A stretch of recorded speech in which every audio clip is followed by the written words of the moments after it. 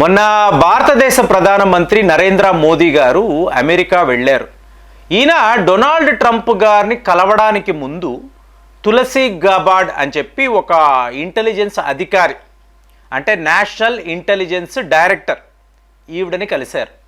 తరువాత ఈయన Elon Musk గారిని కూడా కలిశారు. సో వీళ్ళు సీక్రెట్గా ఏదో మాట్లాడుకున్నారు. మొత్తానికి డొనాల్డ్ ట్రంప్ గారిని కలవడము, మీకు ఆయన F-35 గురించి మాట్లాడడము, ప్రెస్ కాన్ఫరెన్స్, ఎన్నో ప్రశ్నలు, ఎన్నో జవాబులు, ఇదంతా అయిన తరువాత మోదీ గారు భారత్కి వస్తున్నారు. చూడండి ఎలా ఉందో వ్యవహారం, ఎలా ఉందో.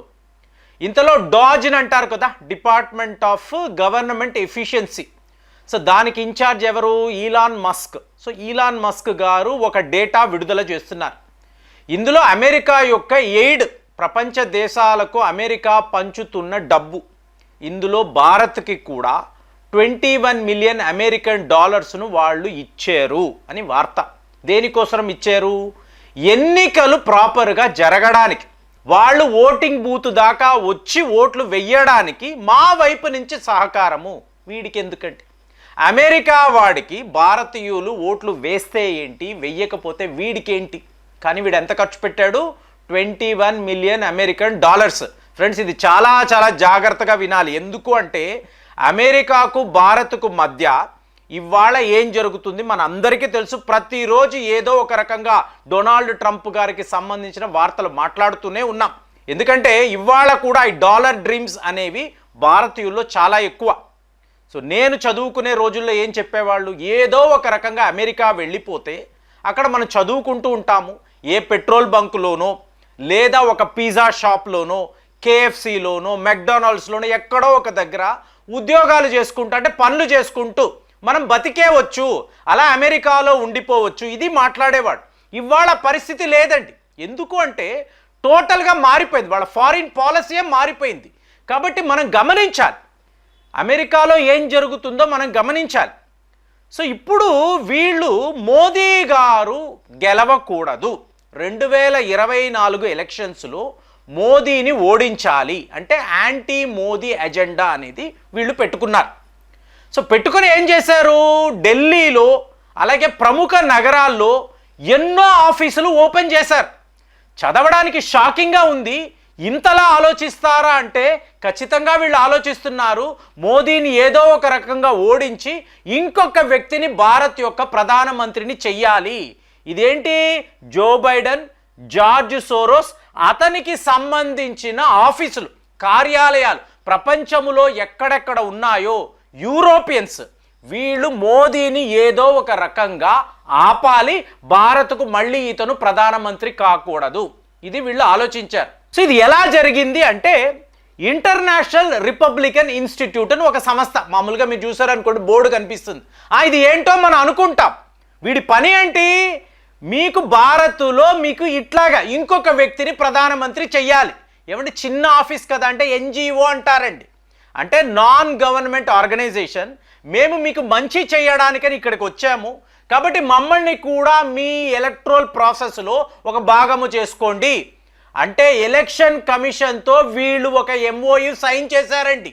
పొరపాటుగా ఎలక్షన్ కమిషన్ అధికారులు మభ్యపడి వీళ్ళేదో మనకి మంచి చేస్తారు అనుకుంటే వీళ్ళ పని ఏంటి? Anti Modi agenda. అంటే ఇక్కడ మోదీ గారు ఉన్నారా, రాహుల్ గాంధీ ఉన్నారా అనేది కాదండి. అమెరికా వాడి ప్రభావము భారత్ ఎన్నికలపై ఎలా ఉంది, ఇది మనం ఆలోచించాలి. ఎందుకంటే ఇక్కడ ఎవరూ శాశ్వతము కాదు. మీకు అక్కడ జో బైడెన్ ఇన్ని కుట్రలు చేశాడు అని మాట్లాడాం. ఇవాళ డొనాల్డ్ ట్రంప్ గారు వచ్చారు. ఈయన ఓపెన్గా చెప్తున్నాడు, వీళ్ళు 21 మిలియన్ అమెరికన్ డాలర్స్ ఖర్చు పెట్టారు అంటే నా ఫ్రెండ్ మోదీని ఓడించాలని వాళ్ళు ఇన్ని పనులు చేశారు, ఓపెన్గా చెప్తున్నాడు. అలాంటిది రేపు డొనాల్డ్ ట్రంప్ గారు కూడా ఉండరు. అంటే మనం ఏం మాట్లాడుతున్నాము? డీప్ స్టేట్ పాలిటిక్స్ అంటున్నాం. ఇవాళ అందరూ ఏమంటున్నారు?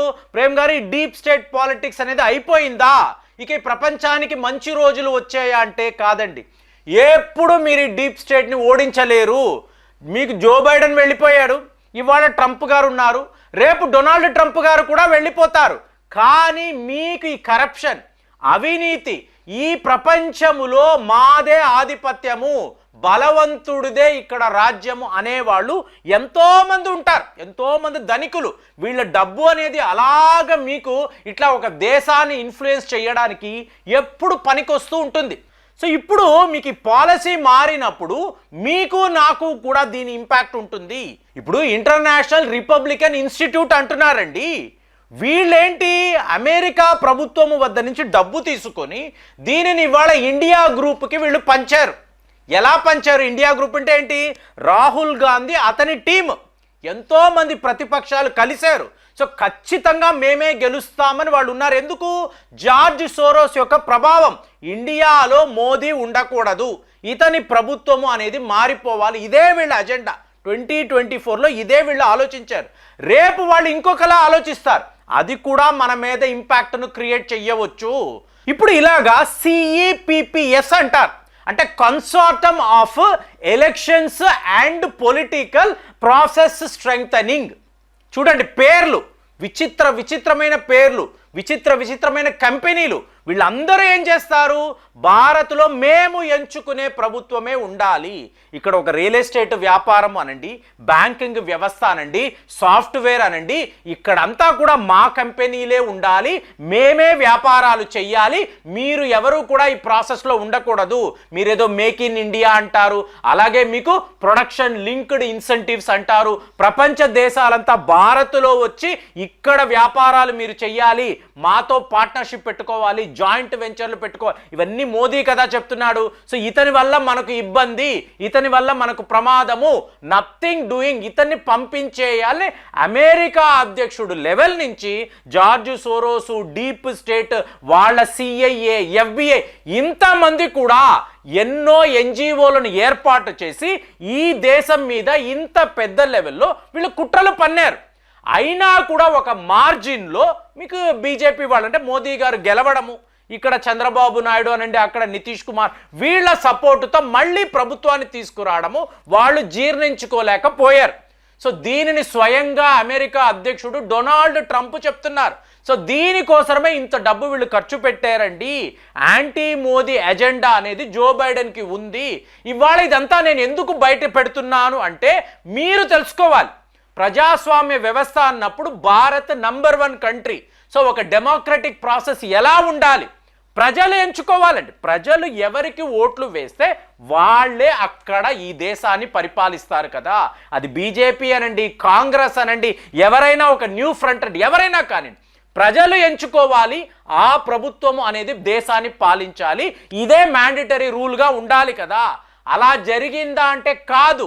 డెమోక్రసీ అన్నవాళ్ళు ఏదో ఒక రకంగా ఇక్కడ ఉండే ప్రభుత్వాన్ని, ఒక పాపులర్ గవర్నమెంట్ని కూలగొట్టాలి, మేము ఎవరిని ఎంచుకుంటామో వాళ్ళే రావాలని ఇంత పెద్ద కుట్రను ఎన్నో సంస్థలను పెట్టి బిగినింగ్ నుంచి అంటే USAID నుంచి ఇక్కడ ఇండియా గ్రూప్ దాకా ఎన్ని రకాలుగా ఈ డబ్బు అనేది పంచబడింది.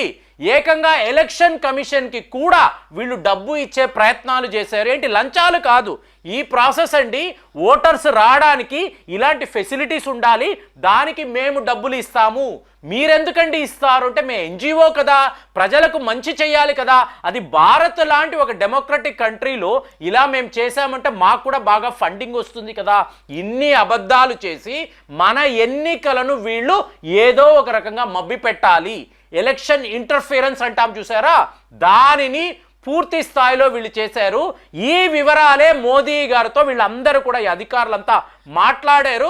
రేపు మీరు జాగ్రత్తగా ఉండండి. అంటే మోదీ గారు తన పాలనని కాపాడుకోకాదు, ఇండియాలో ఎలక్షన్స్ అన్నప్పుడు అమెరికా ప్రభావం ఇలా ఉంటుందని చెప్పడానికి ఇన్ని వివరాలను వీళ్ళు బయట పెట్టారు.